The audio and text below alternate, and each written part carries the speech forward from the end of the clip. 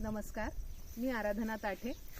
आज रविवार दिनांक 14 सप्टेंबर 2025 आमच्या शेतात जो आम्ही गवती चहा लावलाय त्याचं हार्वेस्टिंग आज आम्ही सुरू केलंय आणि तुम्ही बघू शकता खूपच ऐन भरात आहे। सध्या गवती चहा खूप छान ग्रोथ झालेली आहे आणि शेताच्या कुंपणाला थेट या टोकापासून तर समोर दाखवशील पूर्ण त्या शेवटच्या टोकापर्यंत आम्ही गवती चहाची लागवड केलेली आहे।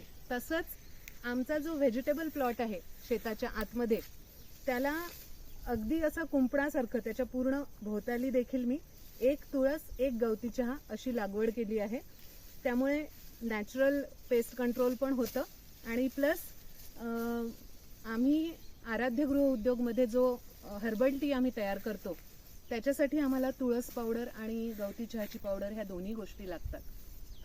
गवती चहाची माहिती मला तुम्हाला जास्त देण्याची गरज नाहीये।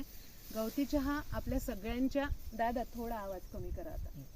गवती चहा आपल्या सगळ्यांच्याच ओळखीचा आहे। आपण दैनंदिन आपल्या याच्यामध्ये याचा नेहमी वापर करत असतो। चहामध्ये आपण हा घालू शकतो। त्यानंतर काढा जो करतो आपण त्याच्यात पण याचा वापर होतो। जेव्हा आपण पानं चुरडतो तेव्हा अगदी सुंदर सुगंध येतो गवती चहाचा। आणि लहानपणी आम्ही या गवताला तलवार गवत म्हणायचो।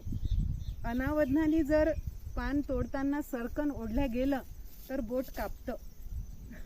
ज्यांच्या सोबत असं झालं आहे गवती चहामुळे बोट कापलेलं आहे त्यांना सगळ्यांना माहिती असेल की याला तलवार गवत का म्हणतात। आणि याचे आरोग्यासाठी जर आपण फायदे बघितले तर अंगात जर बारीक ताप असेल सर्दी खोकला असेल त्याच्यावर अतिशय गुणकारी आहे गवती चहा।